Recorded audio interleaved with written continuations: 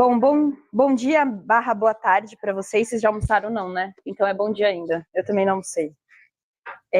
Meu nome é Lívia.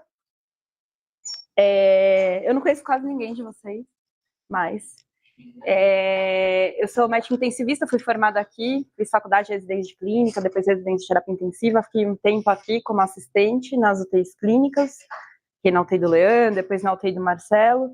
Depois fui fazer outras coisas aí da minha vida. Hoje estou na Unifesp e estou como coordenadora das UTIs da AMIL, tá?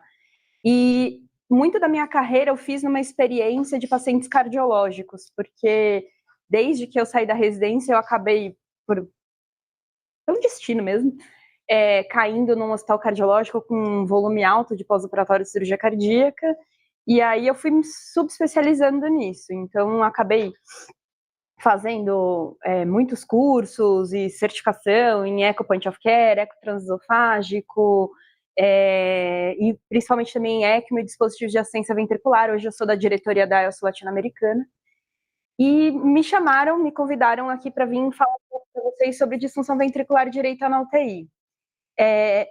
Eu tenho um viés bem de monitorização hemodinâmica invasiva, de assistência ventricular, mas a minha ideia hoje é falar sobre o geral mesmo, assim, falar um pouco do beabá, do básico, né, do porquê que a gente usa certas terapias. Depois, no final, a gente vai pincelar um pouco sobre os tratamentos. Eu quero passar um pouco sobre anatomia, sobre fisiologia, para a gente conseguir compreender o porquê que a gente usa certas metas de pressão, como que a gente monitoriza. E eu tô absolutamente, isso aqui é um bate-papo, eu tô absolutamente, vocês me interromperem e falar, não, entendi, volta ali naquele slide, quiser fazer pergunta, eu estou me sentindo em casa. Eu sei que vocês não me conhecem, mas eu me sinto em casa, tá bom? Então, falando um pouco sobre disfunção ventricular direita, eu queria começar falando sobre a anatomia ventricular para a gente entender até um pouco das particularidades do ventrículo direito, que faz a gente fazer uma análise da função ventricular direita através da ecocardiografia em especial, por que a gente olha desse jeito, tá? Então, relembrando um pouco, eu sei que vocês sabem isso, mas a anatomia ventricular direita ela é bem difícil da gente fazer uma previsibilidade da sua volumetria. Então, por exemplo, diferente do ventrículo esquerdo, que ele tem um formato meio previsível, que é um formato meio ogiva, né, que ele é redondo por cima e um pouco mais alongado, a gente consegue fazer uma estimativa do volume que tem dentro do ventrículo na sístole e na diástole, e dessa forma, a gente faz, por exemplo, um cálculo de fração de ejeção através da ecocardiografia. No ventrículo direito, isso já não é possível. Por quê? Bom, primeiro que quando você olha ele, aqui seria um equivalente de um eixo apical, 4 câmaras, você olha o ventrículo direito, ele tem um formato que parece o ventrículo esquerdo. Então, ele não é muito diferente. Talvez um pouco mais curtinho, um pouco mais triangular do que o ventrículo esquerdo, mas, de certa forma, ele tem tamanhos que não são muito distintos através dessa janela. Mas quando você olha por cima, você vê que o ventrículo esquerdo ele é redondão e o ventrículo direito ele tem, na verdade, um formato semilunar. Né? Então, quando você está olhando, por exemplo, um eixo apical 4 câmaras, você está cortando o ventrículo dessa forma aqui, ó. E aí, por isso que esse diâmetro é mais ou menos parecido com esse diâmetro. Diferente, por exemplo, quando você olha num subxifoide, você corta assim, ó. E aí você vê um ventrículo direito, às vezes, super pequenininho, você acha que ele está colabado, na verdade, você só está subdimensionando o tamanho do ventrículo direito, que é o que a janela predispõe mesmo, tá bom? E quando ele tem um aumento, e a gente vai ver que o aumento das câmaras direitas é um sinal inicial de remodelamento que acontece inclusive na fase aguda da doença, na disfunção ventricular direita, em especial com hipertensão pulmonar, esse formato que é semilunar, ele muda. E aí, por causa de não só do pericárdio, mas a forma como é construída a geometria, você vai ver que esse septo ele vai abaular para a esquerda, isso vai influenciar na função ventricular esquerda também. Existe essa interdependência muito importante. Então, é muito complexo você fazer uma análise volumétrica do ventrículo direito.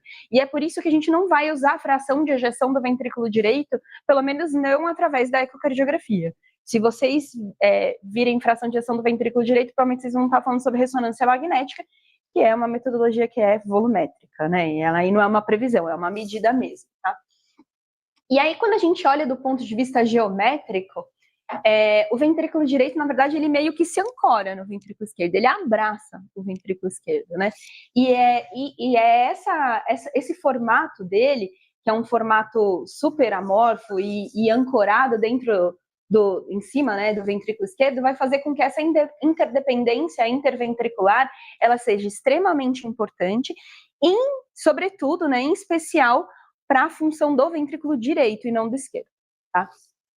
E aí, falando um pouco agora sobre a função sistólica. Algumas coisas eu vou falar para vocês, eu vou falar, guarda isso aqui, que aí a gente vai voltar quando a gente for falar sobre outros aspectos. Falando um pouco sobre a função sistólica. Bom, isso aqui são curvas de pressão, né? Aqui a gente está falando das curvas das câmaras esquerdas, aqui das curvas das câmaras direitas, e aqui a gente está falando sobre velocidades de fluxo no ventrículo direito e ventrículo esquerdo. Quando a gente fala sobre curvas de pressão das câmaras esquerdas, a gente conhece isso aqui bastante bem, né? Porque a gente monitoriza muito pressão arterial invasiva, por exemplo.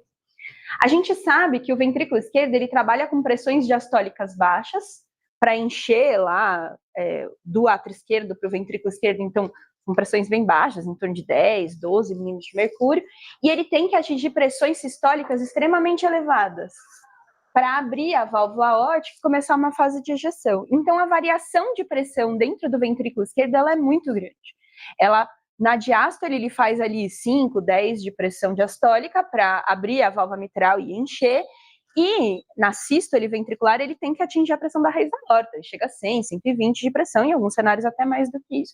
Então, essa variação de pressão ela é muito grande, e faz com que a gente tenha fases isovolumétricas muito bem separadas, ou seja, para eu sair de uma pressão de 10, 12 e chegar numa pressão de 90, eu levo um tempo, né? E esse tempo é o que a gente chama de contração isovolumétrica. Assim como na diástole, para sair de uma fase ali diastólica de, sei lá, 80 milímetros de mercúrio e voltar lá para o 10 para abrir a válvula mitral, a gente também tem um tempo que ele leva para fazer isso, então a gente tem uma fase de relaxamento isovolumétrico muito bem marcada. O ventrículo direito não, porque ele trabalha sobre pressões menores. Na verdade, ele enfrenta uma resistência vascular pulmonar muito menor do que a resistência vascular sistêmica. Então, quando ele começa a contrair, ele rapidamente vence a pressão diastólica da artéria pulmonar e abre a válvula pulmonar e ele começa uma fase de ejeção, né? E essa fase de ejeção é uma fase de ejeção que ela é mais prolongada sob pressões muito menores. E na hora que ele está relaxando, ele começa a baixar sua pressão. A pressão diastólica do ventrículo direito ela é muito próxima da pressão diastólica da artéria pulmonar, ela não é tão distante assim. Então, a pressão diastólica normal do ventrículo direito é, sei lá, 15. E a pressão diastólica a pressão diastólica da artéria pulmonar é em torno de 15, a pressão diastólica do ventrículo direito é em torno de 5. Então, veja que tem uma diferença de pressão muito menor que ele enfrenta. Então, veja que essa fase de contração e essa fase de relaxamento isovolumétrico no ventrículo direito é muito menor. Por que eu estou dizendo isso? Por que isso é importante?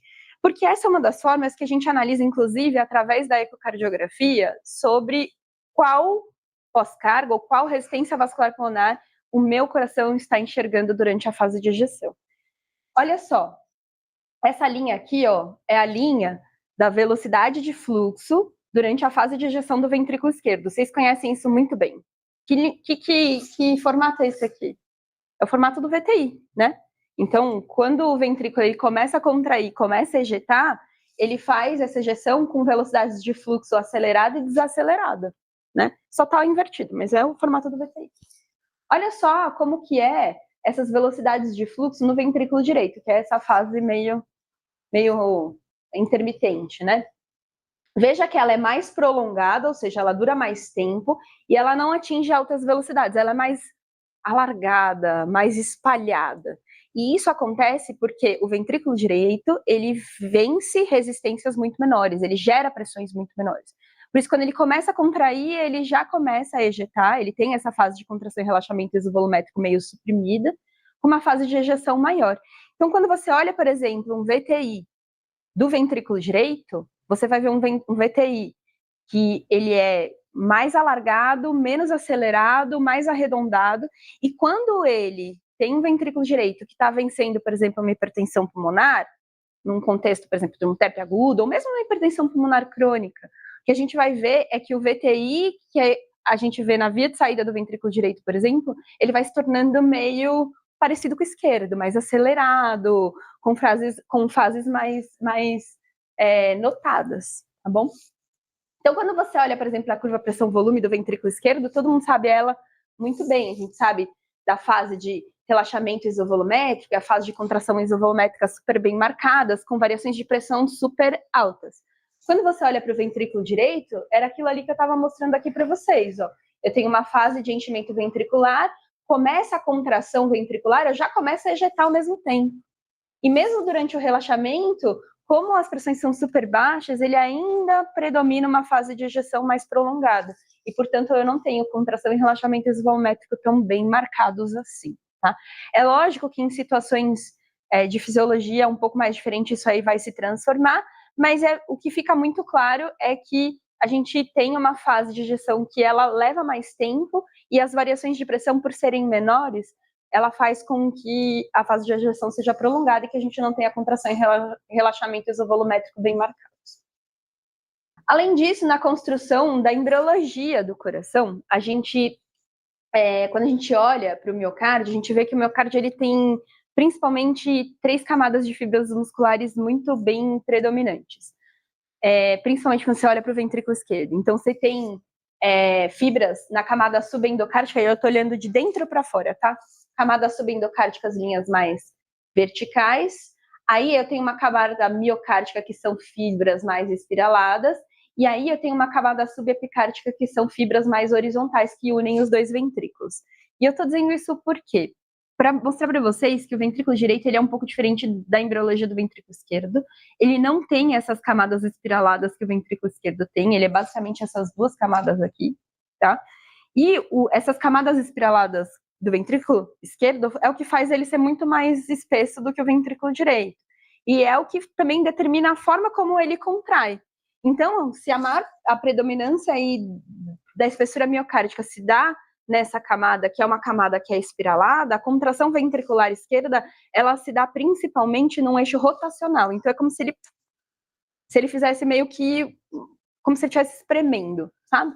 O ventrículo direito não, ele tem uma camada que bate num eixo longitudinal e uma camada que bate num eixo transversal, mas principalmente nessa camada do eixo longitudinal. E aí guardem essa informação, que essa camada horizontal que une a base ao ápice do ventrículo, e é esse eixo longitudinal importante, ela é uma camada subendocárdica, que é uma camada mais interna. Já já eu vou voltar aí nesse ponto.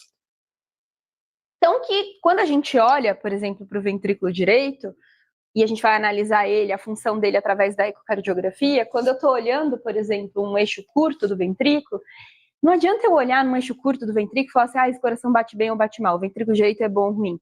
Você não consegue analisar isso de uma forma muito objetiva. Por quê? Porque essa contração desse eixo aqui, ela é muito menos importante do que a contração nesse eixo aqui. Não é à toa que a maior parte dos nossos, na verdade, todas as avaliações de função contrátil do ventrículo direito, eles se dão principalmente no eixo longitudinal, nessa janela paraesternal, nessa janela apical 4 câmeras. Porque a contração longitudinal do ventrículo direito, ela é muito mais importante do que a contração transversal. Então, a gente vai ver, por exemplo, que a função do VD, a gente olha pelo TAPSE, por exemplo, que é a movimentação desse ânulus tricúspide durante a sístole e a diástole, ou pelo S', que é a velocidade de movimentação, ou mesmo pelo FAC, que é o quanto que a gente tem mudança diária aí nesse mesmo eixo aí. Então, na prática, ele bate muito mais assim do que assim, diferente do VEC, bate muito mais assim do que assim, tá bom? Então, olhem só que bonita essa imagem. Essa imagem é uma imagem que mostra mais ou menos de forma tridimensional qual que é o fluxo que o sangue faz nas câmaras direitas e nas câmaras esquerdas. Veja que no ventrículo esquerdo você tem um turbilhonamento de sangue bem num eixo espiralado. Então ele bate assim e é como se o sangue fizesse isso aqui em direção à aorta. Veja que o ventrículo direito ele tem um fluxo muito mais linear, que vem de lá de trás do átrio direito, passa pela via de entrada do ventrículo direito, e por causa dessa contração dessa parede, ele é impulsionado para cima ali na direção da artéria pulmonar, e é interessante que isso acontece por vários motivos, mas um deles, principalmente a forma como o coração ele está posicionado dentro do tórax, o próximo vídeo isso vai ficar mais claro, E também porque a contração do ventrículo direito, ela se dá de uma forma meio parecida com o que é a peristalse. Então, ele bate primeiro na via de entrada para depois bater ali a via de saída. Então, é como se ele estivesse empurrando o sangue de uma forma mais linear, menos turbilhonada. E isso acontece não só pela forma como ele contrai, mas também porque ele, como a gente comentou, ele enfrenta a resistência vascular muito menor, tá bom? Então, quando a gente olha esse vídeo, olha só que interessante. A gente tem a ideia de que o ventrículo direito, ele fica à direita. Na verdade, o ventrículo direito, ele fica anteriorizado e inferiorizado.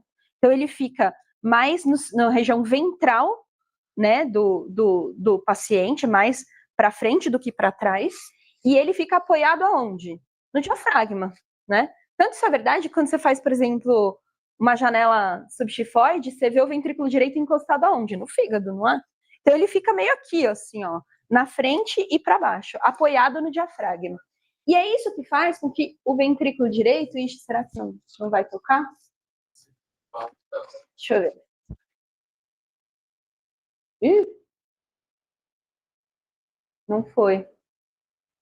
Ah, que pena. Eu mostro para vocês depois, mas o fato é que o ventrículo direito, ele está apoiado aqui no diafragma e deitado. Principalmente a sua parede livre está deitada. Então, o movimento que ele faz é um movimento meio de sanfona, em que ele pega essa parede livre e ela contrai nesse eixo assim, ó, de forma que esse sangue que acumula aqui embaixo, ele vai para cima. E por isso que a contração da parede livre do ventrículo direito, ela é tão importante na avaliação da função ventricular direita. Mas a contratilidade do coração, ela, obviamente, ela é importante para a pressão que eu consigo gerar e para o fluxo que eu preciso gerar, mas a interdependência interventricular talvez seja um ponto importantíssimo para uma função ventricular direita apropriada. Isso é tão importante que antigamente, eu digo antigamente, lá no começo do século passado, a gente achava, as pessoas escreviam sobre fisiologia cardiovascular, achavam que o ventrículo direito não servia para nada, né? Tanto que depois, durante a evolução da cardiopatia congênita, eles até criaram cirurgias paliativas em que eles pegavam as cavas e jogavam na pulmonar, né? Esse é o Glenn. Então não precisa do ventrículo direito para contrair, de fato. Se o sangue que vem da circulação sistêmica poderia ir direto para o pulmão sem precisar de uma bomba para fazer esse bypass, correto? Mais ou menos, mais ou menos. A gente começou a entender um pouco mais dessa dimensão da interdependência interventricular um pouco mais para frente, quando a gente começou a ver infarto de ventrículo direito e analisar que os pacientes evoluíam com choque grave sem ter congestão pulmonar, e falava, opa, peraí, eu preciso ter uma bomba para pegar o sangue da circulação pulmonar, da circulação sistêmica e jogar para pulmonar. E aí, conforme a gente foi evoluindo a nossa pesquisa e entendimento sobre a fisiologia, a gente foi entendendo que uma parte da função do coração direito, que é manter um pouco a pressão venosa sistêmica baixa para pegar todo esse sangue que está na circulação sistêmica e voltar para o coração, então é isso que ele faz. Ele faz isso usando a ajuda da própria contração ventricular esquerda. E aí, olha isso aqui que interessante. Então, eles pegaram, isso aqui é uma contribuição da década de 80, ou seja, não faz tanto tempo assim, sei lá, 40 anos atrás, em que eles pegavam um animal, era um cachorro aqui, né, nesse caso, em que eles faziam um bloqueio atrioventricular, de forma que ele conseguia isolar a contração direita da contração esquerda. Então, ele fazia o coração batendo junto e depois o coração batendo primeiro a direita, depois a esquerda. Primeiro a direita, depois a esquerda. Fazia como se fosse um bloqueio de ramo esquerdo, tá? E aí ele media as pressões, tanto no ventrículo direito, quanto no ventrículo esquerdo, quanto na artéria pulmonar, para entender o que ia acontecendo com as variações de pressão e o fluxo pela pulmonar, conforme a gente vai separando o batimento do coração direito do coração esquerdo através dessa assincronia, tá? E olha só que interessante. Durante essa sincronia entre ventrículo direito e ventrículo esquerdo, a variação de pressão dentro do VE, ela é absolutamente igual. Sístole e diástole, sístole e diástole, sístole e diástole. Nada acontece de diferente, né? Agora, olha o que acontece com a pressão dentro do ventrículo direito. Conforme o coração está batendo junto, né? Tanto o VD quanto o VE está batendo junto, a gente tem variação, ó, sistólica, diastólica. Sistólica, diastólica. Conforme eu vou separando primeiro o coração direito, depois o coração esquerdo, e aí vai tornando essa distância, essa assincronia cada vez mais grave, ou seja, a distância entre os batimentos cada vez mais longa, né, de tempo, veja que ele sai de uma fase sístole diástole e se torna a sístole se torna bifásica. Vocês conseguem perceber essa diferença? Sístole diástole, aqui ó, sístole, sístole diástole. Isso demonstra que a gente tem uma variação subindo a pressão durante a contração do ventrículo direito e depois que o ventrículo direito está parado e o ventrículo esquerdo só que está batendo, a gente ainda assim tem uma variação de pressão dentro do VD. Tá? E essa variação de pressão, ela gera fluxo na artéria pulmonar. Então veja que durante a contração sincronizada, a gente tem fluxo pela pulmonar, ó, sístole e diástole. Conforme eu vou isolando o batimento do VD em relação ao VE, eu vou tornando também o fluxo pela pulmonar bifásico. Ou seja, quando o ventrículo direito está batendo, ele gera pressão e fluxo dentro do VD. Quando o ventrículo direito está parado e só o ventrículo esquerdo está batendo, ele também gera variação de pressão e fluxo pela artéria pulmonar. E dessa forma, ele fez um cálculo matemático para isolar a influência do ventrículo direito e do ventrículo esquerdo nas variações de pressão e de fluxo do ventrículo direito e do ventrículo esquerdo. E olha só que bonito. Isso aqui são as variações de pressão dentro do VE quando só o VE bate. Essa aqui são as variações de pressão dentro do VE quando só o VD bate, ou seja, ele não influencia nada no ventrículo esquerdo. Essa aqui é a variação de pressão do VD quando só o VE bate. E essa aqui é a variação de pressão do VD quando só o VD bate. Se você olha esse gráfico, você consegue perceber que o batimento do ventrículo esquerdo contribui para a variação de pressão do ventrículo direito mais do que o próprio batimento do VD. Ou seja, na prática, se eu tenho uma função ventricular esquerda boa, ela contribui com mais de 50% da função contrátil do ventrículo direito. Tá certo? Tudo bem? Então, essa interdependência interventricular, ela é importantíssima porque a influência que o meu VE faz na contração do ventrículo direito é importantíssima. Quanto que o VD importa da sua contratilidade na função sistólica do ventrículo esquerdo é mínima. E isso se dá principalmente por como eles estão arranjados dentro do tórax e essa geometria, porque é como se eu tivesse uma massa muito forte, com muita musculatura, que faz grandes variações de pressão, que é o ventrículo esquerdo, e o ventrículo direito está meio apoiado nele. Então, quando eu bato forte aqui, isso influencia essa câmara, você entendeu? Agora, essa câmara aqui que está sempre trabalhando com pressões baixas, uma musculatura mais fininha, ela pouco influencia na contratilidade do ventrículo esquerdo. Isso é importante para a gente entender o porquê, por exemplo, num choque cardiogênico com disfunção biventricular, melhorar a função do ventrículo esquerdo também melhora a função do ventrículo direito. Isso foi importantíssimo para a gente entender, por exemplo, que quando você pega um paciente em choque cardiogênico grave e você implanta, por exemplo, um dispositivo de assistência ventricular esquerda, que eu faço o ventrículo esquerdo parar de bater e ponho só uma máquina para fazer esse trabalho, o ventrículo direito para. Isoladamente, ele para, porque ele precisa desse apoio do VE para continuar batendo, tá bom? Muito bem. Agora vamos falar sobre outros aspectos da fisiologia antes da gente entrar agora na parte de tratamento e como, na verdade, antes como a gente monitoriza para depois falar sobre a parte de tratamento. Pensando um pouco mais na fisiologia, agora falando um pouco mais sobre pré-carga. Quem aqui já ouviu dizer que pacientes com disfunção ventricular direita precisam ganhar volume? Essa é a máxima da terapia intensiva, né? Que o paciente que tem disfunção ventricular direita, ele é muito fluido responsivo. E isso é, assim, é meia verdade. Não vou dizer que ela é completamente errada, mas ela é uma meia verdade. Ela é uma meia verdade por quê? Isso aqui é uma curva de Frank-Starling. Vocês estão muito familiarizados com uma curva de Frank-Starling.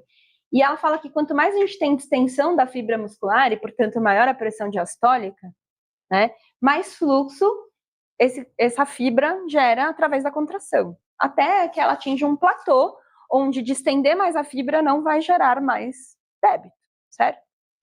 Veja que a curva de Frank-Starling no ventrículo direito, ela é um pouco para a esquerda do gráfico. O que isso significa? Significa que pequenas variações de pressão geram grandes variações de fluxo, ou seja, realmente o ventrículo direito é super fluido, responsivo. Se ele está vazio, o débito é muito baixo. Você dá um pouquinho de volume, ele, sobe muito o débito. Mas, ao mesmo tempo, isso significa que rapidamente ele atinge o platô na curva de Frank-Starling. E, portanto, com pressões diastólicas acima de 5, 8, provavelmente você já está num platôzão da curva de Frank-Starling do que ele consegue fornecer de fluxo. E aí, ele deixa de ser fluido responsivo. Tá? Então, é óbvio que, por exemplo, quando que isso se aplica e se aplica muito bem? Por exemplo, num tamponamento cardíaco. Tamponamento cardíaco, você tem uma compressão extrínseca que impede o enchimento do ventrículo direito. E o débito cardíaco cai de uma forma importante. Qualquer volume que você consegue colocar mais lá, seja por diminuir a pressão do pericárdio, ou seja porque você faz mais volume e aumenta o retorno venoso, isso gera aumento do débito cardíaco. Por isso, por exemplo, que no tamponamento cardíaco, nas fases mais iniciais, o doente é super fluido responsivo. Ou porque um paciente tamponado não pode ficar hipovolêmico. Não pode. Tá? Em compensação, isso serve, por exemplo, também num paciente infarto agudo do miocárdio, né? Em um paciente que está mais para hipovolêmico. Se eu, por exemplo, dou um vasodilatador para um doente desse, dou sei lá, um nitrato desse doente, ele faz uma hipotensão gravíssima, porque eu começo a recrutar, quando a gente dá nitrato, a gente recruta todo o volume estressado em volume não estressado, ele vai parar tudo dentro, lá na periferia, isso reduz a pré-carga do coração, que já tem disfunção. Putz, o débito cardíaco cai muito, o paciente choca. Tá? Mas isso também é importante para o outro lado, né? No sentido de que quando a gente tem disfunção ventricular direita, e a gente vai ver aqui, uma das grandes marcadores da disfunção ventricular direita é você perder a capacidade do coração de esvaziar e, portanto, ele trabalhar sobre altos volumes e altas pressões. E aí você pega, por exemplo, um doente que tem hipertensão pulmonar, HP grave, aquele VDzão. Esse cara lá, que tá aqui, ó, VDzão gigante, você mede uma PVC 20, você acha que esse doente é fluido responsivo? Claro que não, entendeu? Provavelmente não. E, na verdade, nos próximos slides eu vou mostrar para vocês o quanto, na verdade, o fluido pode ser, inclusive, deletério nesse cenário. Ele pode piorar a condição hemodinâmica desse paciente. Então, tem várias coisas que determinam a pré-carga desse coração, influencia o retorno venoso, o status volêmico, o tônus vascular, o enchimento atrial. Então, por exemplo, se eu tenho problemas na válvula, isso pode influenciar o enchimento do ventrículo. A gente tem as próprias pressões de enchimento do ventrículo esquerdo, que, através do septo interventricular, podem diminuir o enchimento do ventrículo direito e a pré-carga dele, a complacência e a função do ventrículo, a restrição pericárdica, na pericardite congestiva, no tamponamento, a própria frequência cardíaca influencia. A gente estuda muito sobre efeitos de pós-carga do ventrículo direito. E a gente fala muito sobre a ventilação mecânica invasiva nesse cenário. Quem nunca ouviu falar, por exemplo, que pacientes que têm disfunção ventricular direita e hipertensão pulmonar não toleram pressões no ventilador muito altas. Já ouviram falar nisso, né? E aí, assim, eu vou dizer para vocês, depende. E essa talvez seja um dos mitos mais comuns da gente ver no dia a dia, na prática, e o quanto a gente ainda precisa desconstruir como a gente aborda esse cenário. Por quê? A gente sabe que a pressão pulmonar, quando a gente tem um aumento da pressão alveolar, a gente tem compressão dos vasos capilares justalveolares e isso aumenta a resistência vascular pulmonar. Isso é fato, todo mundo sabe disso. Mas a gente tem que lembrar que isso é influenciado não só nos capilares intraalveolares, mas nos capilares também interalveolares. O que eu quero dizer com isso? Imagina que os alvéolos, eles são distribuídos nessa conformação aqui, né? Se eu tenho 2 alvéolos muito cheios, eles vão comprimir esses vasos que estão entre esses 2 alvéolos, certo? Que é isso aqui que essa imagem representa. Só que esse capilar que está no meio desses 2 alvéolos, ele vai ser tracionado e ele vai diminuir sua resistência. Então, é uma de forma que ele contrabalanceia. Quando a gente tem colapso dos alvéolos total, esse vaso aqui, ele abre, só que esse aqui colapsa. E isso também gera aumento da resistência vascular pulmonar.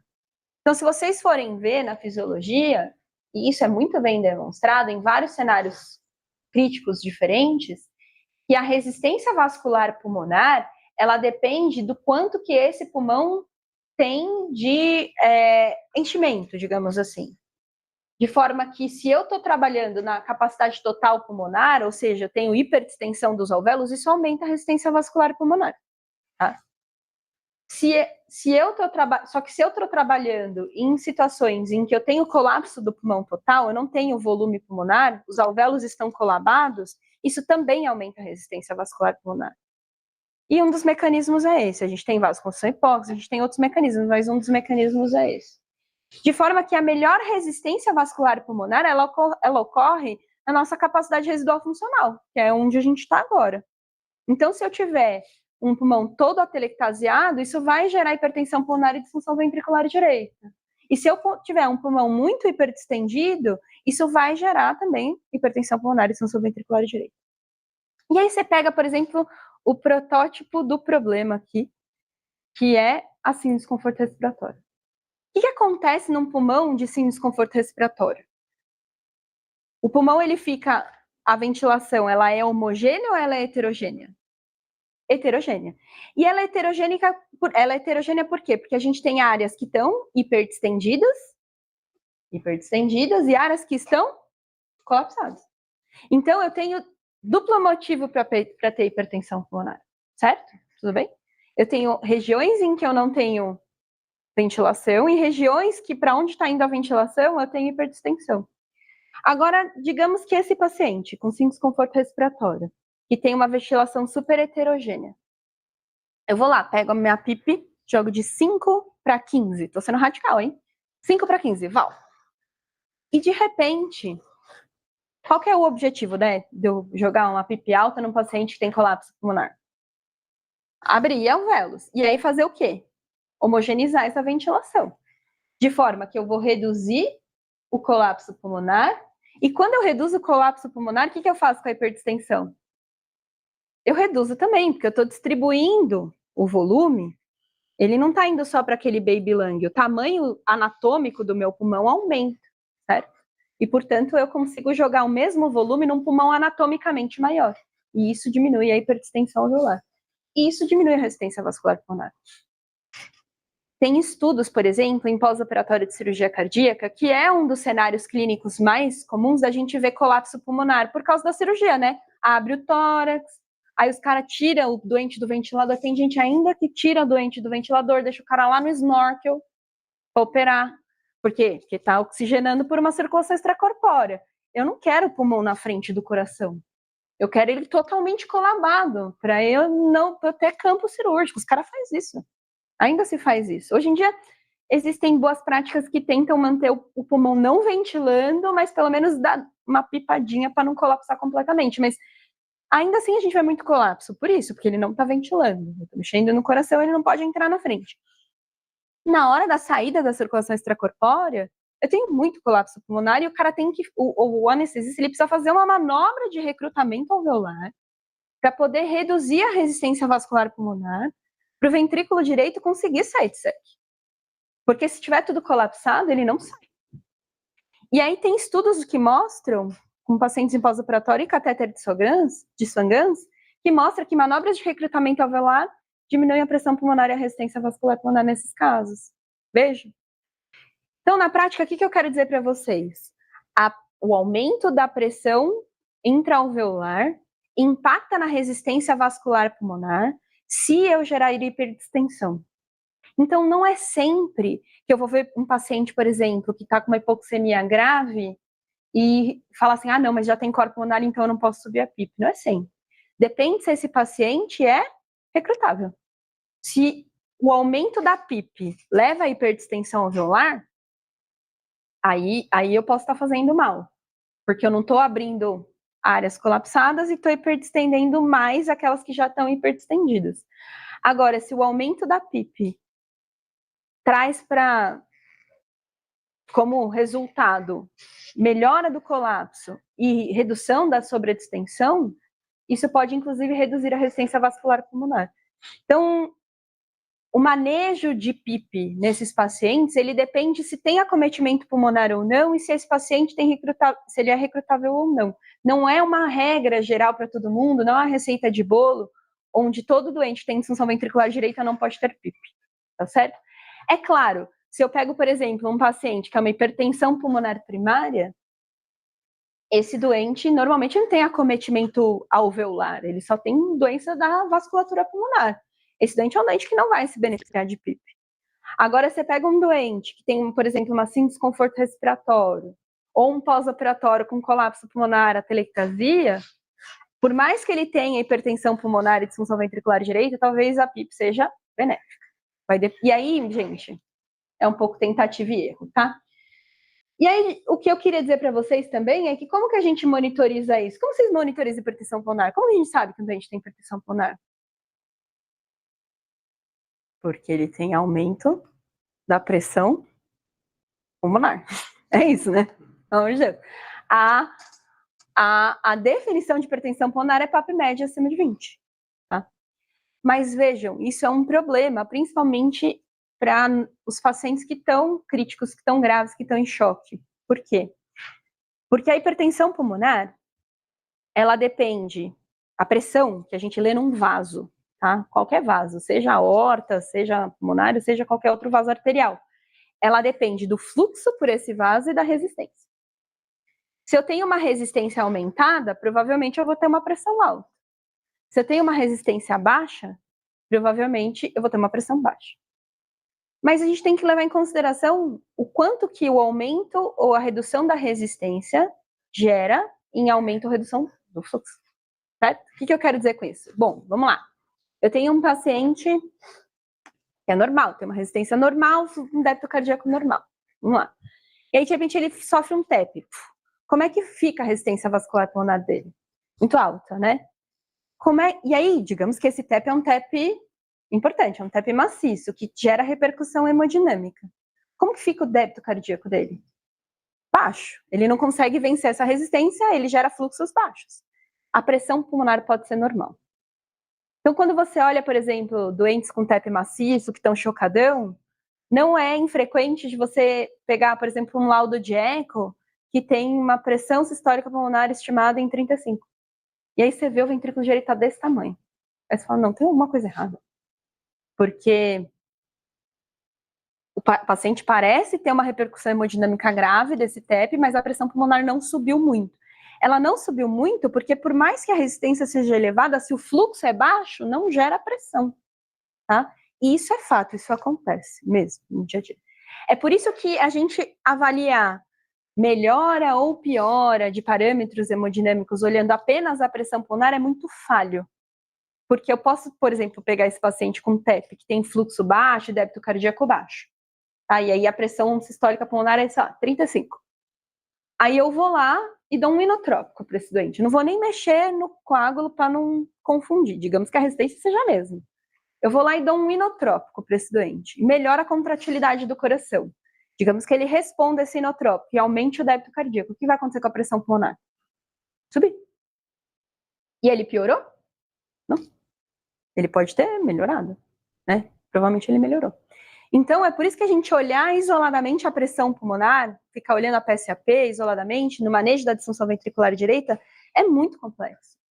Porque a pressão, ela depende de resistência e ela depende de fluxo, certo? E aí é óbvio que a PSAP, ela é um bom marcador de gravidade, em especial no doente ambulatorial.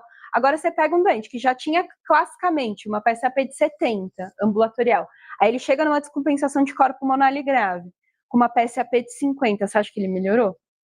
Provavelmente não. E não é a redução da PSAP ou o aumento da PSAP que acompanha a melhora clínica desse paciente, tá? Porque a gente tem outras condições hemodinâmicas que são importantes, tá? E por último, eu juro que é a última parte da fisiologia, falar um pouco também de perfusão coronariana, porque isso é um ponto central no manejo dos pacientes da disfunção ventricular direita. A gente sabe que o ventrículo direito ele é irrigado primordialmente pela coronária direita, que emite um ramo marginal no ventrículo direito, que vai irrigar não só o ventrículo direito, como o nó sinoatrial e o nó atrioventricular, e quando ela é dominante, que é na maior parte da população, ela também irriga o septo da parede posterior do ventrículo esquerdo. Só que a perfusão coronariana, a gente aprende, né, na faculdade, que ela se dá predominantemente em que fase do ciclo? Na sístole ou na diástole? Na diástole. E por que é na diástole? É na diástole porque, na verdade, quando a gente olha como que ocorre a irrigação coronariana, de onde ela sai a coronária? Da aorta, lá do ósteo, né, da aorta. Aí ela corre de forma epicárdica no coração, e aí ela penetra no miocárdio, e aí ela vira circulação, microcirculação, e uma parte disso vai virar veias que vão desembocar no seio venoso, de veias cardíacas que vão desembocar no seio venoso no átrio direito, e uma outra parte desemboca diretamente na câmara, dentro do ventrículo esquerdo, chamadas veias tebesianas. Então, a circulação coronária é como se fosse vasos comunicantes. Eu estou tentando irrigar uma região em que o vaso nasce na aorta e termina dentro do ventrículo. Vocês entenderam? Então, o que isso quer dizer? Quer dizer o seguinte: se a minha pressão for muito maior na aorta do que dentro do ventrículo, o sangue sai da aorta e vai para o ventrículo. Se a minha pressão for igual no ventrículo à aorta, o sangue não sai. Então, se eu pego, por exemplo, durante a sístole ventricular, a pressão sistólica do ventrículo esquerdo, ela é igual à pressão sistólica da aorta, porque a válvula aórtica está aberta, é um negócio só, não tem fluxo. Durante a diástole, a válvula aórtica fecha, a minha pressão diastólica da aorta é, sei lá, 60, 70, e do ventrículo esquerdo é, sei lá, 10. Aí tem gradiente de perfusão, tá? É isso que faz a gente calcular a pressão de perfusão coronariana. É o gradiente diastólico entre a aorta e a pressão do átrio esquerdo, que é a pressão diastólica do VE. Mas olha o que acontece no ventrículo direito. Quanto que é a pressão sistólica na raiz da aorta normal? Vocês falaram? Tá. 110, 120? Tá. Quanto que é a pressão sistólica do ventrículo direito, normalmente? Quanto que é a PSAP, gente? Normal? 30. Lá, 30. Então, eu tenho uma diferença de pressão aí, ó, de 110 para 30. Dá 80 milímetros de mercúrio na sístole. Quanto que é a pressão na raiz da aorta na diástole? 70. Quanto é a pressão diastólica do ventrículo esquerdo? É a PVC. 5. Dá 65 de gradiente. Veja que a perfusão coronariana no ventrículo direito, ela ocorre na sístole e na diástole, com predomínio sistólico. Ele acontece mais durante a sístole do que durante a diástole. Então, quando você olha o fluxo coronariano, ó, aqui é a sístole, né? Ó, a pressão da raiz da aorta alta, quase que interrompe o fluxo coronariano, e aí na diástole a gente aumenta a pressão e o fluxo da coronária esquerda. Olha o que acontece na coronária direita. O fluxo ele é bifásico, tanto na sístole quanto na diástole, e predominantemente sistólico. Alguém quer fazer alguma pergunta? Não? Então, ele é predominantemente sistólico. E o que isso implica para a gente? Bom, principalmente, quando eu tenho cenários, em especial nos doentes que têm hipertensão pulmonar, pensa num doente que tem um HP grave. Aí tá lá chocado. Aí você olha, pressão sistólica da raiz da aorta. 80 de sistólica na raiz da aorta. Aí você mede a PSAP do doente, 110. Como você acha que tá perfundindo esse ventrículo direito? Não tá. É isso. Tá? A gente, principalmente nos cenários de hipertensão pulmonar, a gente tem uma perda importante da perfusão coronariana direita, às custas predominantemente da perda da fase sistólica. E é por isso que o manejo da disfunção ventricular direita, ela é importante a restauração da pressão da raiz da aorta para poder ter, de alguma forma, uma perfusão coronariana para melhorar o desempenho contrátil do ventrículo direito. É um pouco inverso do que a gente pensa no VE. Porque no VE, quando eu dou um vasopressor, se o cara tem uma disfunção ventricular esquerda grave, quando eu dou vasopressor, eu não impacto tanto na perfusão coronariana, porque ela é diastólica e não sistólica, e eu estou aumentando a pós-carga do ventrículo, eu não estou conseguindo fazer ele esvaziar. Como a pós-carga do ventrículo direito é a resistência vascular pulmonar, o uso de alguns vasopressores que não impactem muito em resistência vascular pulmonar, eles podem nos ajudar a melhorar a perfusão coronariana e melhorar o desempenho do ventrículo direito. E é isso que vai ser a base principal do tratamento na disfunção ventricular direita. Metas de pressão, a pressão vai resultar em melhora do fluxo. Diferente do VE, em que normalmente, quando eu quero dar vasopressor, eu dou muito vasopressor, eu impacto em redução do fluxo. Tá bom? E aí, bom, definição de corpo pulmonar, para vocês lembrarem, isso ajuda naquelas questõezinhas chatas de prova, que passa Swan-Ganz e pergunta o que é o tipo de choque do doente. Bom, se eu tenho uma pressão de átrio direito maior do que a pressão capilar pulmonar, isso denota disfunção ventricular direita, tá? Isso acontece nesses cenários específicos. Por quê? Porque a resistência vascular sistêmica é maior do que a pulmonar. Então, a pressão capilar pulmonar, ela é sempre maior, a pressão do átrio esquerdo é sempre maior do que a pressão do átrio direito, em geral. Quando eu tenho uma inversão disso, isso mostra insuficiência do ventrículo direito de esvaziar, seja por hipertensão pulmonar ou não, tá? Isso acontece, por exemplo, no infarto de VD também, na miocardite, displasia ritmogênica do ventrículo direito, ou outras situações em que a gente vê acometimento primordial do ventrículo direito. E aí, quando ele perde contratilidade, a adaptação imediata do ventrículo direito é aumentar de tamanho. É óbvio que quando a gente vê um VDzão, a gente sempre pensa em hipertensão pulmonar, porque a disfunção ventricular direita, ela é, na UTI, mais comum da gente ver é por HP, tá? Mas, quando eu vejo esse VDzão aqui, não dá para ter certeza que isso é HP. Eu posso ter, por exemplo, pacientes que têm uma disfunção sistólica muito importante do ventrículo direito, como, por exemplo, na displasia ritmogênica de VD, em alguns tipos de miocardite, alguns tipos de sarcoidose que acometem mais o VD do que o VE, e essa perda de contratilidade fazer com que a adaptação seja dilatação, dilatação, dilatação, para manter o mesmo débito cardíaco. Então, o tamanho da câmara, a sobrecarga da câmara direita não significa necessariamente que o estudante tem hipertensão pulmonar, tá? E, obviamente, quanto mais dilatado é esse ventrículo direito, mais ele abaula o septo interventricular da direita para a esquerda, e isso impacta na pressão de enchimento do VF. E a gente sabe disso, a gente vê, e a gente chama isso de efeito Bernheim reverso. Tá? Veja que é importante também entender que quanto mais hipertensão pulmonar eu estou vivenciando, menor é a perfusão coronariana desse coração. E isso vai virando um ciclo de isquemia.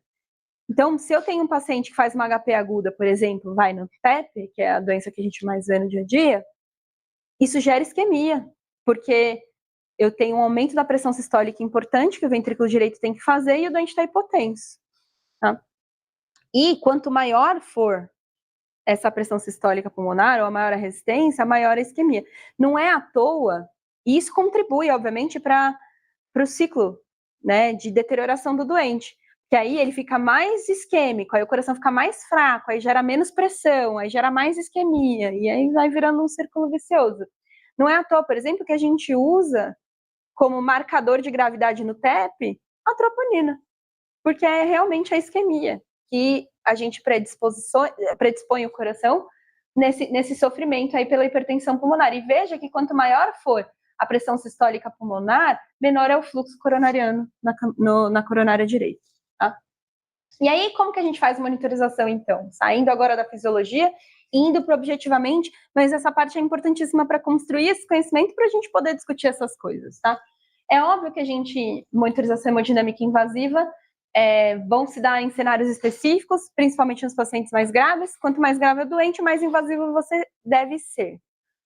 Doentes que têm uma descompensação leve, vocês podem, talvez, usar só a ecocardiografia à beira do leito. Doentes um pouco mais graves, você já vai ter que passar um cateter central, uma pressão arterial invasiva, você vai dar vasopressor, por exemplo, você acaba usando, e aí, central. Que são coisas que não deixam de ser parte de uma monitorização hemodinâmica, em especial a PVC.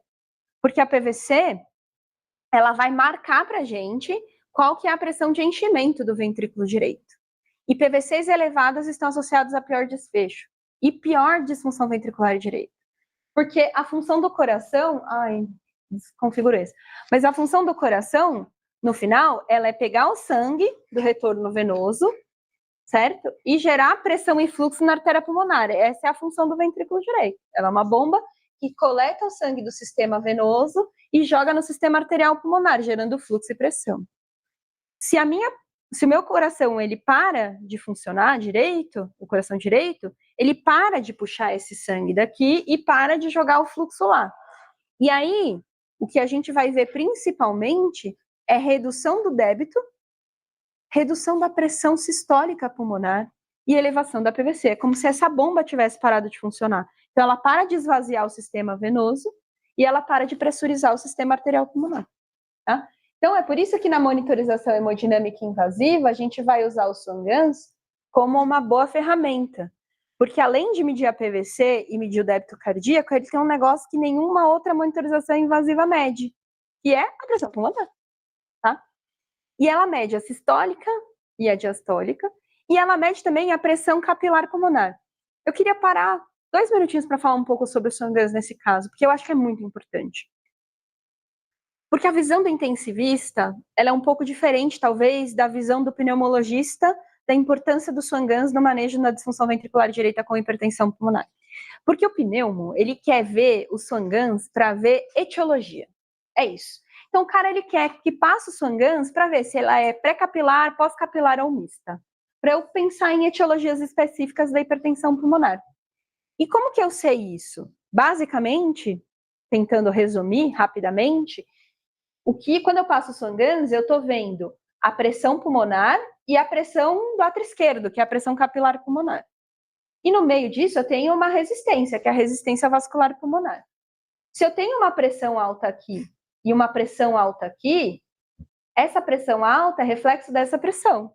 Então, provavelmente, eu tenho uma hipertensão pulmonar que é pós-capilar. Meu problema está nas câmaras esquerdas, no aumento da pressão da esquerda, seja valvopatia, disfunção ventricular esquerda, disfunção diastólica, todas essas causas que primordialmente acometem o coração esquerdo. Agora, se eu tenho uma pressão alta aqui na pulmonar e uma pressão super baixa na pressão capilar pulmonar, na pressão do lado esquerdo, é porque essa resistência está elevada. E aí o meu problema é de etiologia pré-capilar. Aí eu começo a pensar em outras coisas, né? Doenças pulmonares, a apneia obstrutiva do sono, DPOC, TEP, crônico, ou hipertensões pulmonares primárias mesmo. Tá? E tem situações em que eu tenho um aumento importante da resistência vascular pulmonar, eu tenho um aumento muito grande dessa pressão pulmonar, mas essa pressão também está um pouco aumentada. Não proporcionalmente a essa, mas ainda assim ela está um pouco aumentada. Isso são as etiologias mistas, que elas são as mais comuns, na verdade, no dia a dia. Isso acontece provavelmente uma disfunção esquerda, uma valvopatia, um negócio assim, que leva a remodelamento da resistência vascular pulmonar e vai gerando hipertensão pulmonar além do que a pressão do aumento da esquerda. Isso é importante para a gente entender a etiologia e como que a gente vai pesquisar, né, a HP do doente. Isso é importante para ver se é um doente que vai responder ou não às terapias de vasodilatação pulmonar. Isso é importante para avaliação, por exemplo, de um doente que vai para um transplante cardíaco. Que se é um doente que tem uma disfunção esquerda grave e ele já tem uma hipertensão pulmonar remodelada, não adianta eu trocar o coração. Na hora que eu fizer isso, o ventrículo direito novo dele não vai bater contra aquela resistência alta. A gente morre. Então ele é contraindicado. Ou ele vai para um transplante duplo. Pulmão-coração. Um negócio super raro da gente ver no dia a dia no Brasil, no nosso cenário. Então, isso é muito importante. Mas ela não serve só para isso. Essa é a visão da etiologia. Essa é a visão do HP complicada, que a gente não sabe exatamente o motivo pelo qual esse doente está assim. Mas para o intensivista, a monitorização hemodinâmica invasiva através do catéter de Swan-Ganz, ela vai muito além do diagnóstico e da etiologia. Ela vai para a gente entender a função ventricular direita e também o componente direito em relação ao esquerdo e a resposta à terapia. E aí eu vou falar para vocês de 2 ou 3 coisas que a gente olha com mais afinco, na verdade 2 índices muito importantes que a gente usa na avaliação da função ventricular direita. O primeiro deles é o índice de trabalho do ventrículo direito.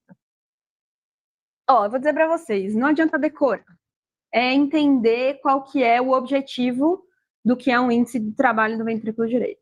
Lembra que o nosso coração, o que ele faz é uma bomba que esvazia o sistema venoso e pressuriza a artéria pulmonar às custas de fluxo, certo? Correto? Então, o índice de trabalho, quanto melhor for o ventrículo direito, mais fluxo ele gera, ou seja, mais volume sistólico, certo? Quanto melhor for o ventrículo direito, mais pressão ele gera na raiz da aorta. Ele consegue gerar fluxo e pressão. E quanto melhor for o ventrículo direito, mais ele esvazia, menor a pressão do átrio direito.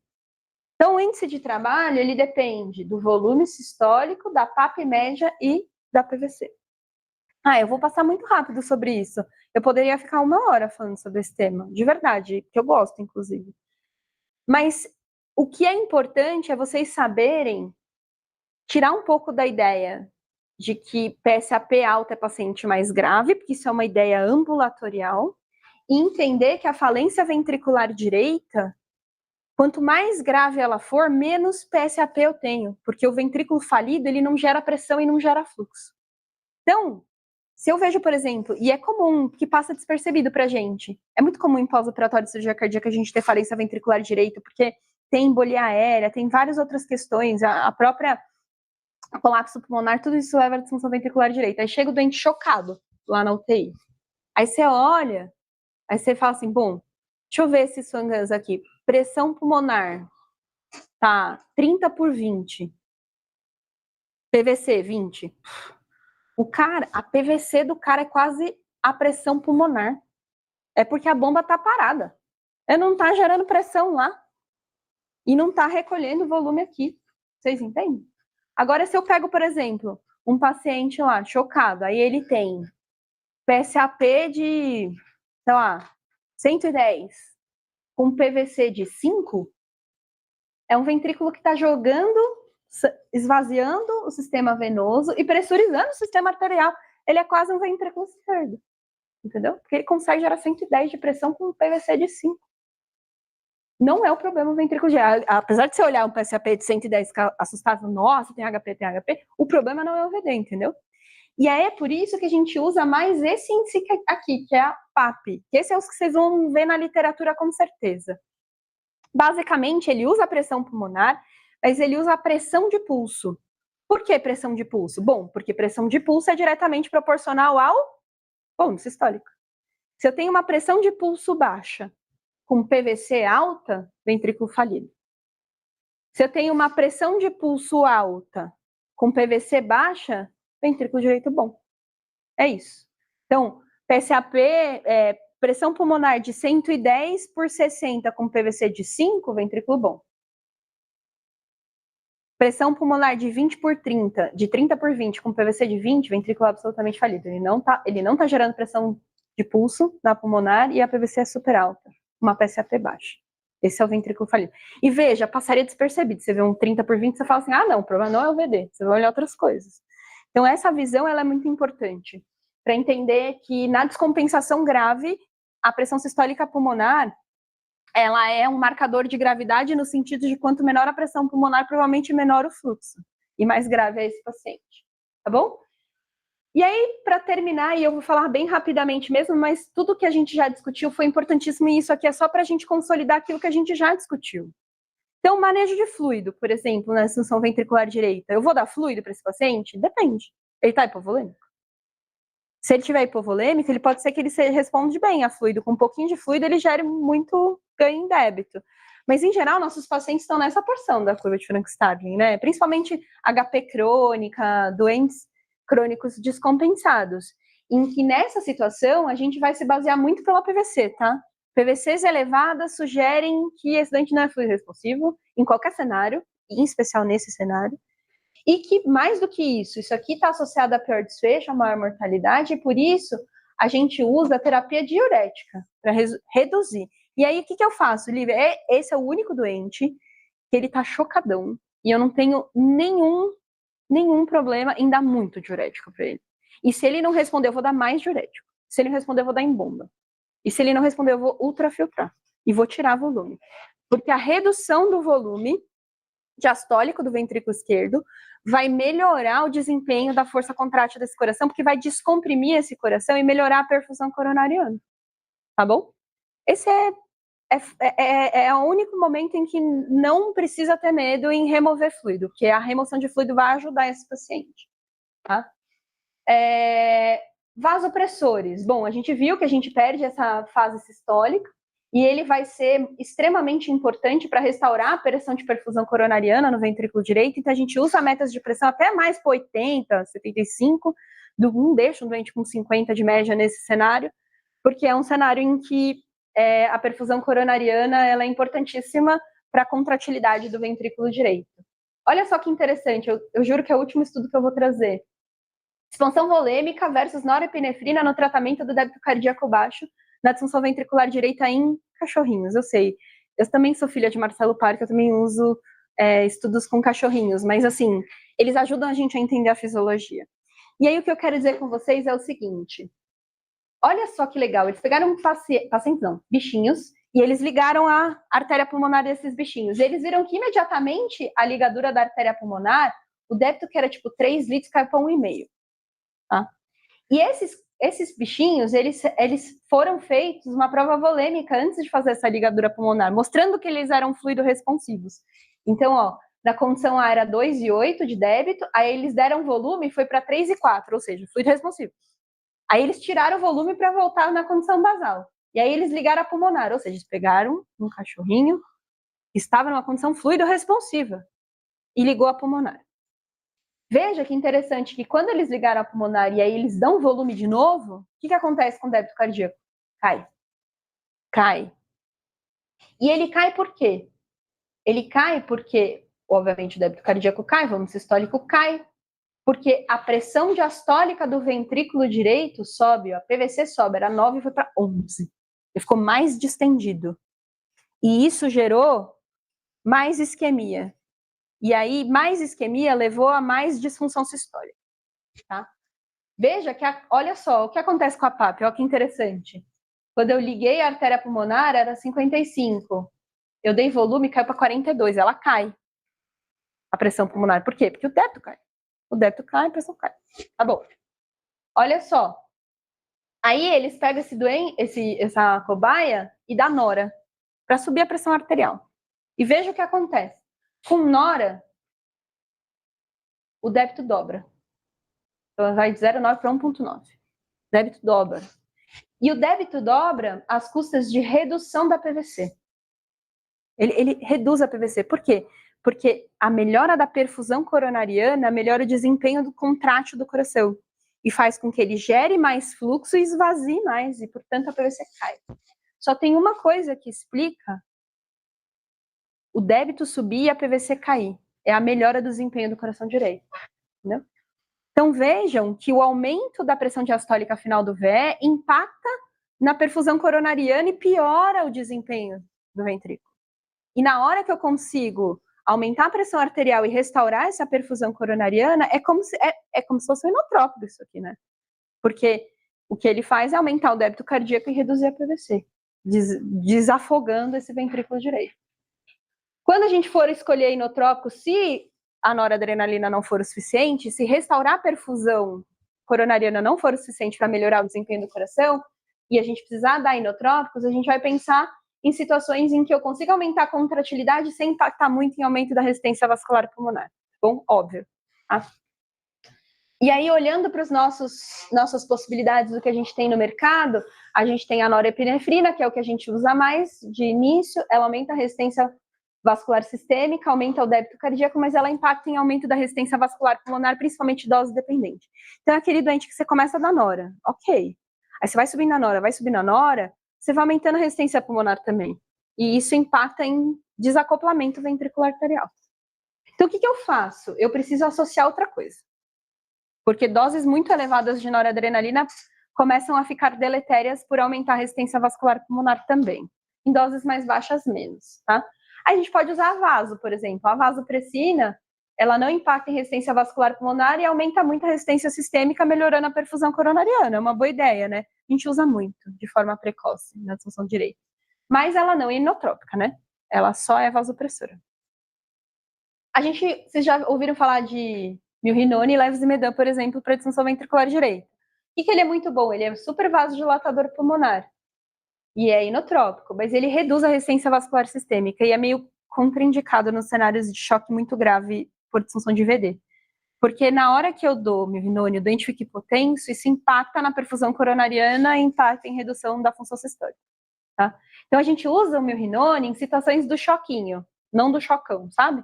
Porque não tá muito, assim, tá meio descompensado, mas não tá muito hipotenso. Ah, aumentei um pouquinho a nora aqui, ó, deu. Agora, o cara tá muito chocadão, não vai. Não vai porque ele é muito vasodilatador, sabe? E a gente precisa manter uma pressão de perfusão coronariana decente. E aí, nesses cenários, a gente usa muito a adrenalina.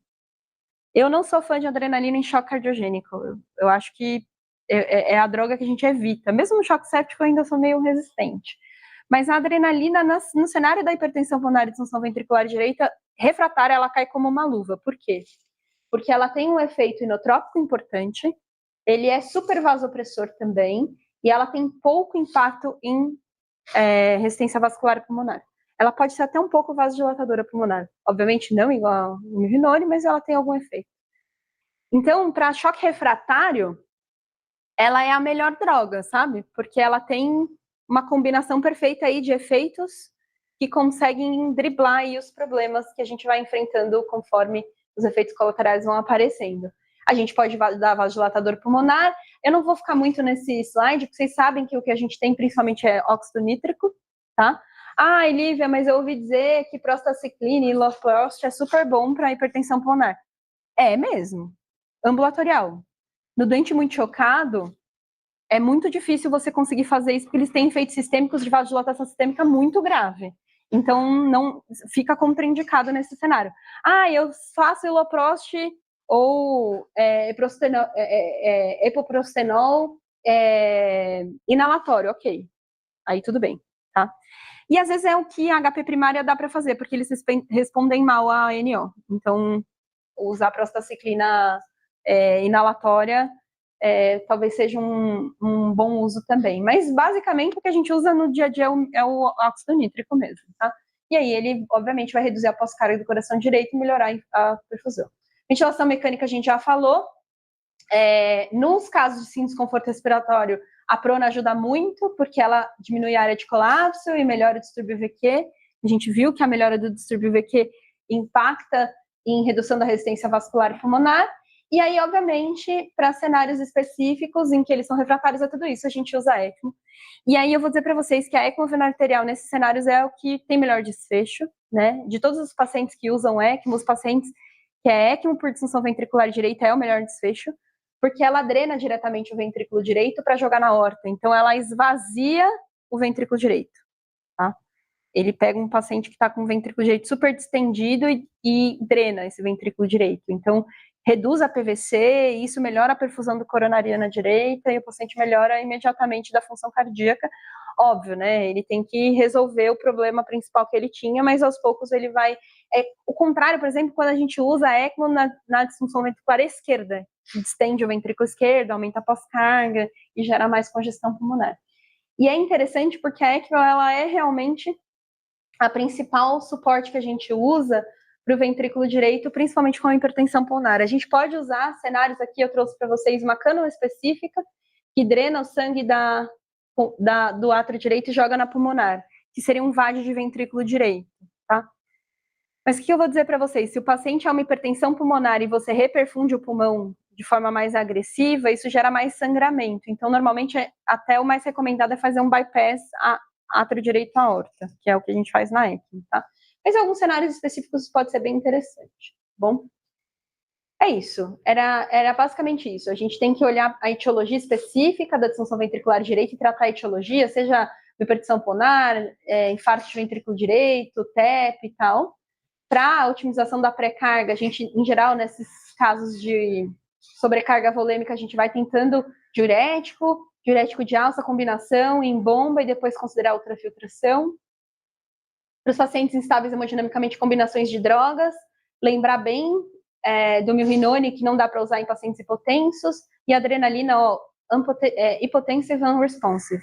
Aqueles pacientes chocadão, refratários, a adrena cai muito bem, tá? Dá óxido nítrico, mas não é uma HP muito grave. Tá bom, mas dá para dar. melhora o acoplamento ventricular arterial. E aí, obviamente, a ECMO entra nesse cenário para aqueles pacientes mais refratários.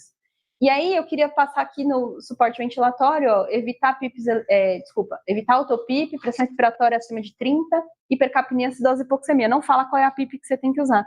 Depende se o paciente tem acometimento pulmonar ou não, se ele é recrutável ou não, tá bom? Acho que era isso. Desculpa se eu passei do tempo. É que eu me empolgo.